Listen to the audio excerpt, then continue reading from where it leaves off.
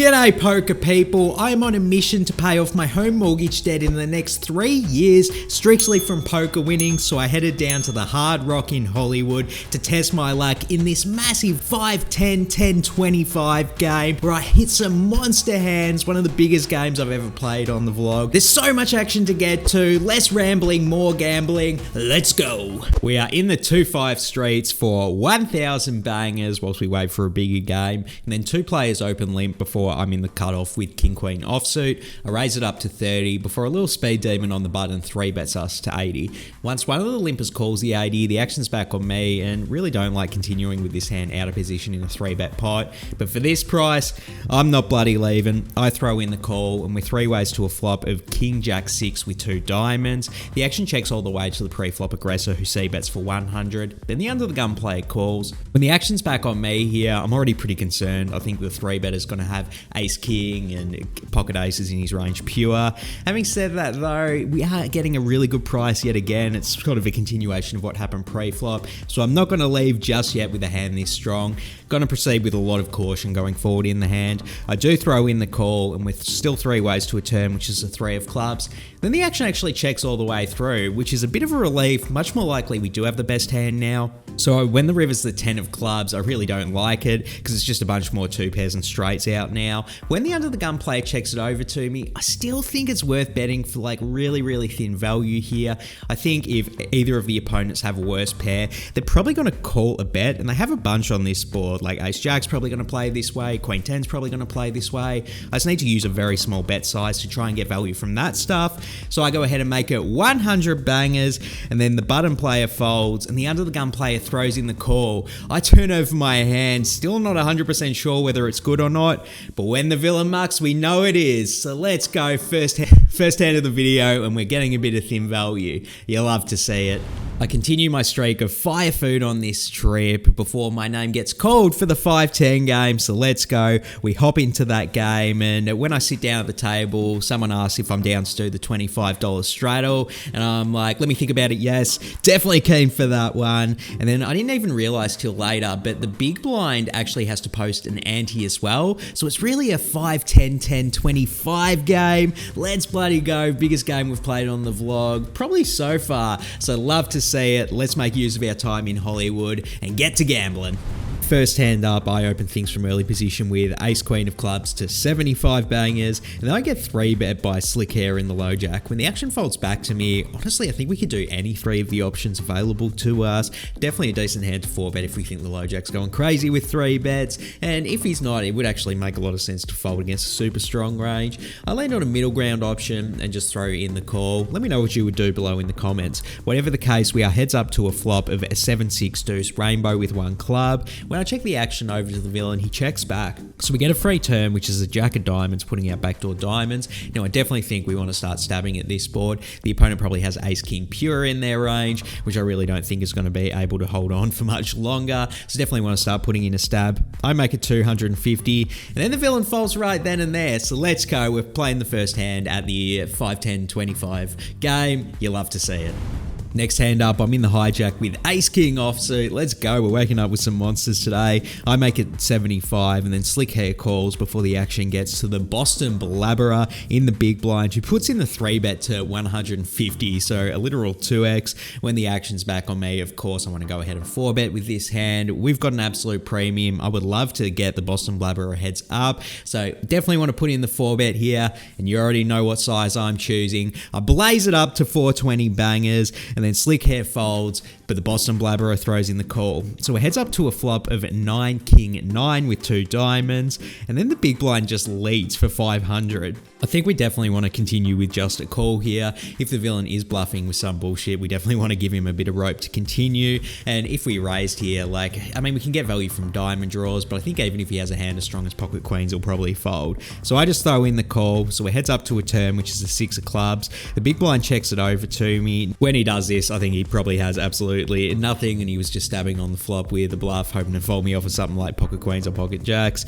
So it's going to be really hard to get value here. I think the ideal bet size would be to bet something like 500 again, or maybe even smaller, just trying to induce something stupid from him, like a really loose float, for example. In game, I went ahead and bet 800. Really don't like this size. It really only gets value if he specifically has a diamond draw. Whatever the case, unsurprisingly, he does fold. Probably not that much more value to get there, but we're raking in another big pot in this session. Let's go. Next hand up, we're in the hijack with King Queen offsuit. I make it 75, and then Slick Hair in the cutoff calls and the Boston Blabber in the big blind calls. These two seem to be the only ones that want to play with us in this game, which is definitely interesting for the dynamics going forward. Whatever the case though, we're 3 ways to a flop of Queen 6-6 Rainbow. When the big blind checks it over to me, let's start building a pot. I make it 100. Then the cutoff actually raises to 250. When the Blabberer gets out of the way, I think we want to continue with just a call here. The villain is very likely to be bluffing on this board since they have a bunch of stuff that completely whiffed, and even if they're going for like quote unquote thin value with a worse queen, would not be shocked at all. So I do throw in the call. We heads up to a turn, which is the king of spades, so we improve to 3 pair here. I check it over to the villain, who goes ahead and bets 225, and look, I don't think the villain ever has a 6 when he plays it like this, unless it's quad specifically, but I think we want to continue with just a call. If the villain is bluffing, we want to give him a bit more rope, and even if he has like a thinner value hand like ace queen or something, I think he probably isn't going to call a check raise here. So I do throw in the call, and we're heads up to a river, which is the 8 of diamonds. Now, I did consider leading in this spot to try and get thin value from a hand like ace queen, but I think checking it is slightly better just to give the villain a bit more rope to continue bluffing with. So I check it over to him. He doesn't take the bait, he checks it back, so very confident we have the best hand. I show mine, and he ends up mucking his hand, but he makes this idiotic comment. He says, "You didn't bet the entire way," and I'm just like, what? Because like, what the fuck are you talking about? And then he was like, "Besides the flop, you only called down." And now I really shouldn't have said anything to this. The opponent's obviously being dumb, and I shouldn't take the bait, but I was just so baffled in the moment. I was like, bro, why would I raise and let you off the hook with your bluff? Like, what the fuck? And then he sort of like looked down and was like, tapped the table and said, nice hand, nice hand. And I just so bum puzzled by the comment, because like, what the fuck's he on about? Next hand up, we're in the hijack again with ace king offsuit, another premium, you love to see it. I make it 75, and then Chester calls on the button before the Boston Blabberer is back at it again. He 3-bets to 200, another small 3-bet size. When we have ace king, it worked out so well for us last time. Definitely want to 4-bet with this hand again. We've got to use a much larger size though, since the villain 3-bet much larger. So I go ahead and make it 575 bangers, and then I only get called by the Boston Blabberer. So we heads up to a flop of Jack 5-3 Rainbow.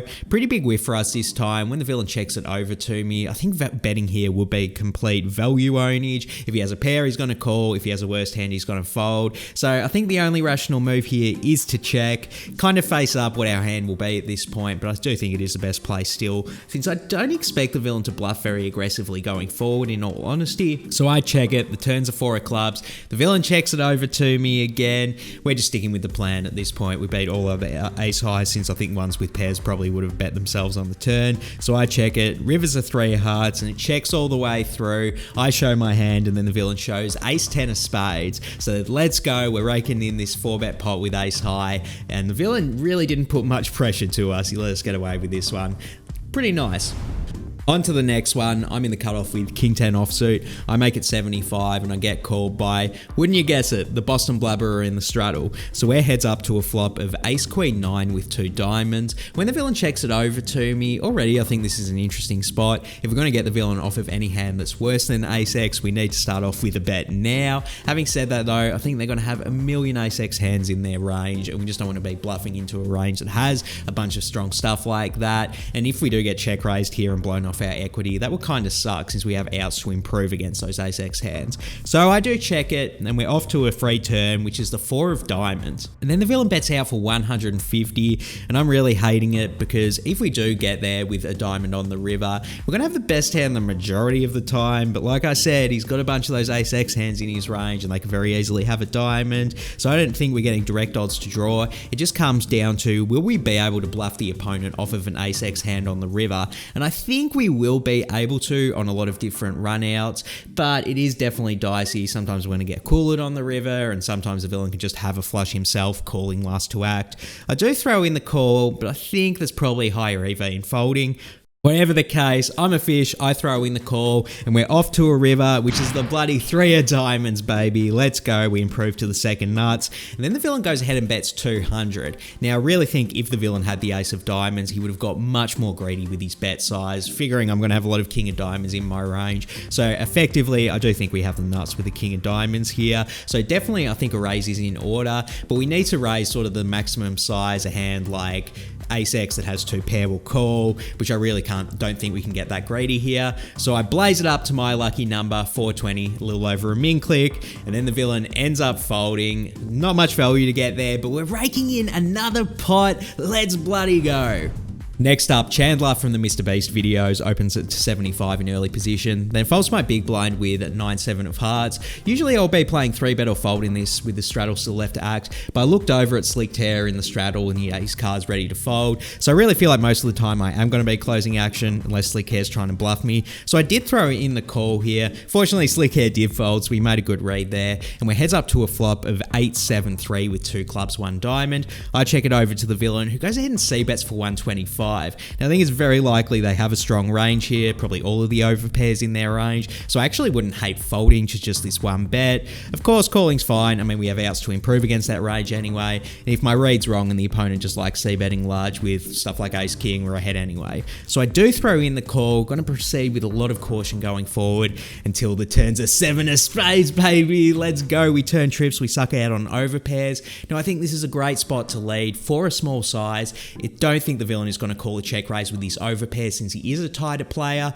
but if we lead small, no chance he's folding, and gives us a bit of rope to put in a big bomb on the river that can get paid. So I go ahead and make a 175 bangers, and then the villain calls. You love to see it. Very likely they have an overpair, and so when the river's the bloody 7 of diamonds and we make quads, it's extremely likely the villain has an overpair, so I definitely want to go ahead and overbet this pot. The one thing I will say, this is a tight opponent, so I think they are capable of hero folding overpairs if I go absolutely insane with my sizing here. So I do need to show a little bit of restraint. I decide to size it back to 800. Maybe I could get a little bit more greedy and go like 1.2k or 1k or something, but I really wanted the value here.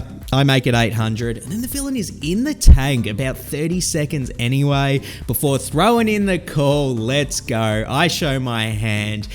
Chandler shows his hand to the Boston Blabberer, and then the Boston Blabberer starts needing me like, oh my god, he had a full house, you could have got so much more greedy there. I don't know, man, this guy tanked forever with an overpair anyway, so I don't know if I could have got more value. Whatever the case, I'm not going to be complaining. We are raking in this over $2,000 pot. Let's go. This next hand is an absolute doozy. So the action folds to a British professional in the big blind who was waiting for a 50-100 game that was running at the same time. We'll get to those stakes eventually after we get this mortgage paid off. Whatever the case, he raises it to 80 from the big blind. Then we're in the straddle with ace-4 offsuit. I think we have a very easy defend playing this pot in position for a decent price. So I throw in the call. We're heads up to a flop of 6-6 ace rainbow. The villain goes ahead and c-bets for 50. Now without getting too nerdy about it, I'm playing against a very high stakes professional who is probably just betting with all of his hands on this board, which gives us a very easy defend here. If we raised here, we're fucked against a calling range, and he's going to be bluffing with literally every hand in his range. So easy call here in my opinion. We're heads up to a turn, which is a jack of spades putting out backdoor spades. Then the villain goes ahead and bets 200. Now the fact he's using the larger size is very concerning. He's going to have a bunch of sixes in his range. He's going to have a bunch of stronger ace X hands in his range, but I don't think we can fold just yet. The fact that the jack of spades is on the turn, a bunch of stuff in his range turned either a gut shot or a flush draw, and if he has a hand like king queen, queen 10, I expect him to be betting this size on this turn. So I do throw in the call, but going to proceed with a lot of caution on the river. And then the river's the 3 of spades putting in backdoor spades, and the villain thinks a bit before going ahead and betting 450. Now I'll say this straight up, I think if the villain has a flush or a full house, he is never betting this size. I think he's either going to get much more greedy with his bet sizing or looking to put in a check raise to get value from a 6x hand. So I think his range is pretty much squarely ace-x hands that beat ours and a few 6x combinations, stuff like 5-6, 6-7. So I really think this is a perfect spot to try and bluff him. I actually think I'm going to get overfolds from his range, not only because it is a bit weaker, but also I don't think he expects like a 5-10 grinder to be bluffing in this spot. So I think it's a slam dunk spot for us to go for it. So I raise to 1,600 bangers, and the villain looks a bit pained, like he saw this coming, but after a few seconds he folds his hand and we get the bluff through on the high stakes pro. You love to see it. Next hand up, I'm in the small blind with pocket sixes. I make it 100 bangers to go, and then Slick Hair in the big blind puts in the 3-bet to 350. When the action folds back to me here, I'm not loving this spot. I think the villain very likely has a strong range, especially using such a large 3-bet size, so folding probably is the best play here. Folding is boring though. Let's see if we can hit a set against them. I throw in the call, and then we're heads up to a flop, which is 4-4-10 rainbow. I check it over to the villain, who checks back, which is a really good sign. They're probably going to have ace king pure when they take this line. So when the turn is the 10 of clubs, kind of a perfect turn, because I do not expect ace king to fold on this turn. So as long as we don't get too greedy with our bet sizing, I think we can eke out a bit of thin value here. So I go ahead and make it 305 Mr. Worldwide Dale, and then the villain raises to 800. Honestly, I was pretty surprised to see this in the moment, but I gotta think about what's their range, what are they doing this with? I mean, if they have a 4 or a 10, yeah, I guess that makes sense, although I don't give them credit for many of those hands. It's much more likely that they do have one of the overpairs that was just checking on the turn to induce, and now they're raising to kind of like see where they're at, you know, because they're worried that I might have a 10 or I might have a 4, but still figure they can get thin value from hands like pocket sixes. So when you do put them on a range of hands which has pretty much everything in it beats you, of course folding is a completely rational same play. It's the one I went with here. I did fold. I'm wondering though, would it be worthwhile flatting here and bombing the river to try and represent a 10? I don't know if it'd work or not. Let me know what you would do in the comments below, but of course I played it safe and folded, which, I mean, I can't be fucking up that bad, can I? Next up, I'm in the cutoff with ace-10 of diamonds. I make it 75, and we get called by Slick Hair on the button and the Boston Blabberer in the straddle. So we go 3 ways to a flop of ace-jack-10 with 2 spades. When the action checks to me, I mean, it's great that we hit 2 pair, but if we're going to get value from worse hands, we kind of need to do it soon, because like any ace-x will call now, but they're not going to love it on certain run-outs, and it's actually very easy we can beat here, since I think both the villains have king-queen offsuit pure in their range. Got to start things off with a bet though. I make it 100, and then both the villains call. So we're still 3 ways to a turn, which is a bloody king of diamonds. Awful turn here, very likely we're beat now. So when the straddle checks it over to me, I check, and Slick Hair goes ahead and bets 350. The Blabberer gets out of the way and the action's on me, and look, gun to my head, I don't think the villain has anything but a queen in their range here. And I mean, sure, there's going to be some implied odds of us hitting a boat on the river, or maybe we can bluff on different rivers if the board pairs at all, but I don't think it's worth the risk here. I'm not really trying to make a recreational player fold a straight, so I just make the discipline laydown with my ace-10 here and move on to the next one.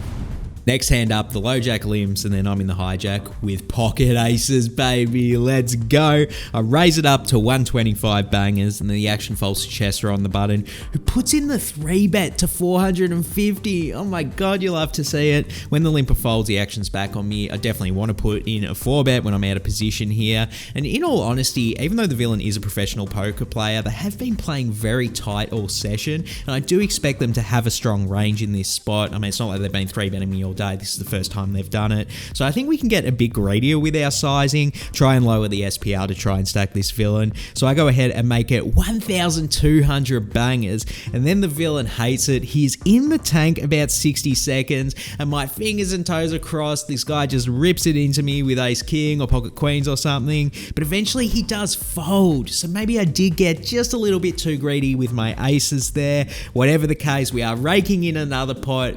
Let's go. Next hand up, we're in a punt limit Omaha double board bomb pot we do for time charge, which is $9 a person at the Hard Rock in Hollywood. Very nice. It's better than the one in Tampa. You love to see it. Whatever the case, I end up making a full house on one board and trips on the other to scoop this whole pot limit Omaha bomb pot. Boy, I am loving it down in Hollywood, baby. Next up, an OG makes it 75 in the low jack, and I'm next to act with ace jack of diamonds. What a premium. I 3-bet it up to 250, and then the villain throws in the call. So it heads up to a flop of 10-3-4 with 2 spades, 1 heart. When the villain checks it over to me, pretty big whiff for us, but I think if the villain has anything worse than a pair, we can deny their equity with a small bet here. So I go ahead and make it 100, but then the villain calls. Don't love that, but we're heads up to a turn, which is the 9 of clubs. When the villain checks it over to me again, I definitely want to continue stabbing here. I think the villain is going to have a lot of pairs worse than 10x in their range, which this 9 will be an overcard to, which just aren't going to be able to continue for another barrel, even if I use a small size. So I go ahead and make it 250, but then the villain calls again. So really not loving this. I think the villain is going to have a lot of 10x in their range, but if they did have a hand stronger than a single pair, I really do think they would have check raised either on the flop or the turn. So when the river's a 5 of diamonds, I do think their range is a bit stronger. So when they check it over to me, they have a little bit less than the size of the pot left in their stack, but I really don't think an OG is going to love stacking off with a hand like ace 10 here. They're going to put me on an overpair and probably fold here. So you know what that means, baby. We have to go for it. If I had pocket aces here, I would probably bet something like my lucky number 420. So when we got the bluff, we just have to go for it. I am all in for a little bit over 1,000 bangers. Fingers and toes crossed, the villain folds, and he's in the tank for what feels like forever before eventually throwing in the call. Oh, you hate to see it. I proudly table my bluff, and then the villain shows 69 dinner for 2. Wow, I did not expect him to even have that hand in his range, let alone stack off with it, but power to him. He caught me bluffing, and he is going to rake home a dinner for more than 2 with the size of this pot. So after that last hand, things not going our way anymore, I did decide to take my ball and run home. Ended up playing a total of 7 hours and 25 minutes and very happy with my play overall. I mean, maybe you think the ace jack of diamonds hand was a complete pump, but honestly, I think my logic was sound. I just made a really bad read on the villain that he would be tight there. If I ever play against him, I'll keep that in mind and go for thin value, but I mean, the guy probably lives in South Florida, so I probably will never play him again. Whatever the case though, can't be 2 results oriented. I like the thought process, just need to adjust it with this type of villain going forward. So overall, very happy with my play. I thought I played aggressive well, got thin value, made disciplined laydowns. So I'm going to give myself that A grade. I think this trip went very, very well. After I decided to play a tight aggressive strategy in the 2-5 session I played in Bonita Springs, really just snaps back into things and started playing well. Continue that today to be rewarded with a $2,655 win, baby. You love to see it. That number is absolutely going to benefit us paying off this mortgage. Over $17,000 paid off now, about 6.6 of the way there, so we still got a long way to go. Make sure you hit subscribe and follow this mission to pay off this mortgage as we go on in the next few years. You just watched one of the biggest games I've ever played on the vlog, but if you want to watch one of the biggest wins I've ever had on the vlog, I'm going to put that video up on the screen now. For now though, I'm out of here. GG Gamble Gang.